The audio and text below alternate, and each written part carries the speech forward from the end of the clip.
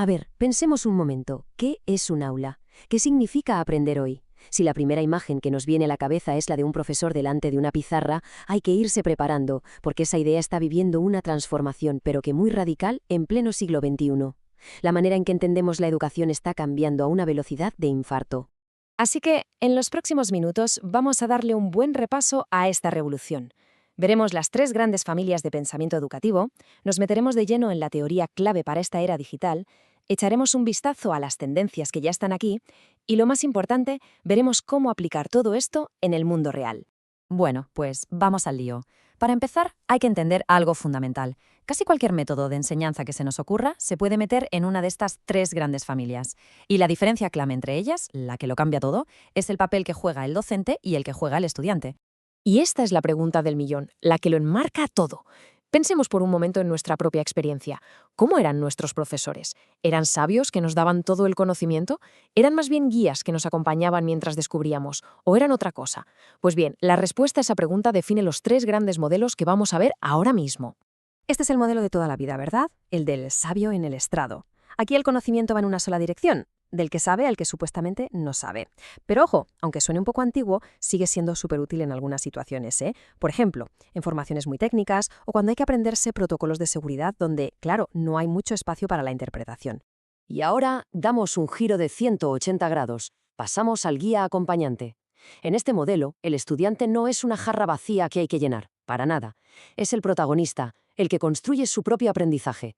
Y el papel del profe, claro, cambia por completo. Se convierte en una especie de arquitecto de experiencias. Aquí es donde encajan cosas que seguro que nos suenan, como el aprendizaje basado en proyectos o la famosa clase invertida, el flipped classroom. Y con esto llegamos a la visión más actual.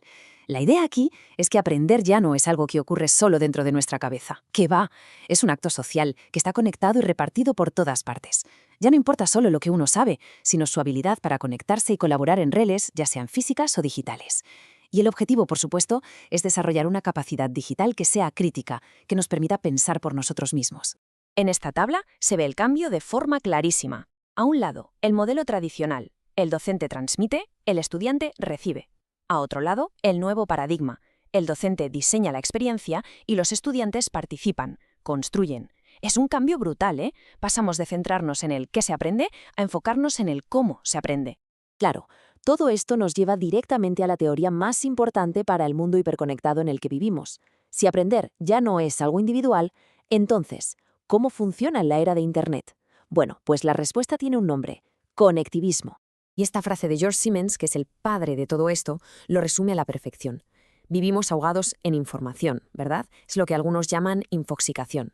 En este escenario, la habilidad más importante ya no es memorizar un montón de datos, sino saber cómo navegar, cómo filtrar y sobre todo cómo encontrar la información que de verdad importa, justo cuando la necesitas.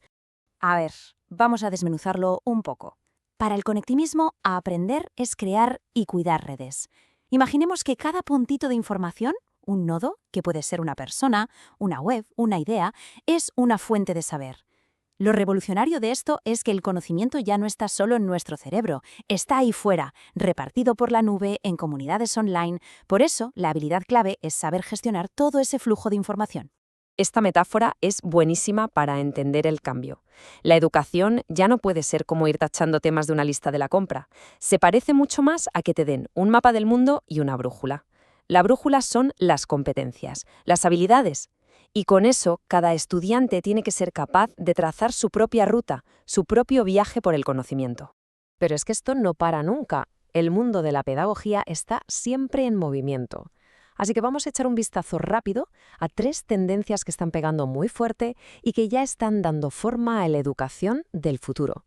Cada una, por cierto, mira al estudiante desde un ángulo súper interesante. Mirad esta tabla. Resume 3 ideas muy potentes. Primero, la neuroeducación. Básicamente, es usar lo que la ciencia sabe sobre nuestro cerebro para enseñar y aprender mejor. Por ejemplo, entender por qué las emociones nos ayudan a recordar o por qué una pausa activa dispara nuestra atención. Luego, el aprendizaje invisible. Una idea genial que defiende que aprendemos todo el rato, sobre todo fuera de clase, y que hay que valorar esas habilidades que ganamos en el día a día. Y por último, el diseño universal para el aprendizaje, el DUA. Su filosofía es muy sencilla. En vez de adaptar una clase para los que tienen dificultades, ¿por qué no diseñamos desde el principio una clase que funcione para todos? Muy bien. Hemos visto un montón de teorías, de tendencias, todo súper interesante. Pero ahora viene la pregunta clave. ¿Cómo aterrizamos todo esto? ¿Cómo decide un educador qué camino tomar en el día a día?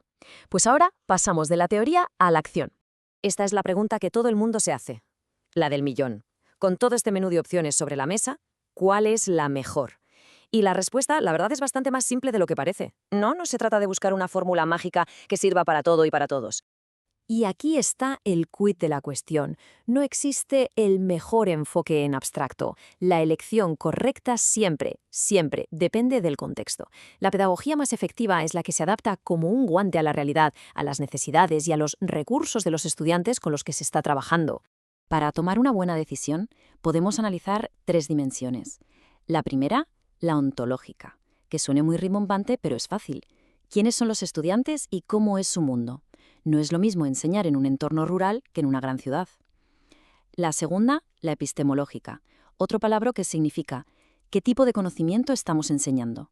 Nos enseñan las matemáticas igual que las artes plásticas, ¿verdad? Y tercero, la metodológica. ¿Qué tenemos a mano? ¿Hay ordenadores para todos o solo tenemos tiza y mucha imaginación? Responder a estas 3 preguntas nos da la clave. Y para terminar, una última reflexión. Llevamos todo este reto hablando de conectar. Conectar nodos de información, conectar en redes digitales, construir puentes de conocimiento, pero si algo queda claro es que la palabra clave es conexión, en todas sus formas. Y esto nos deja con una pregunta final, quizá la más importante.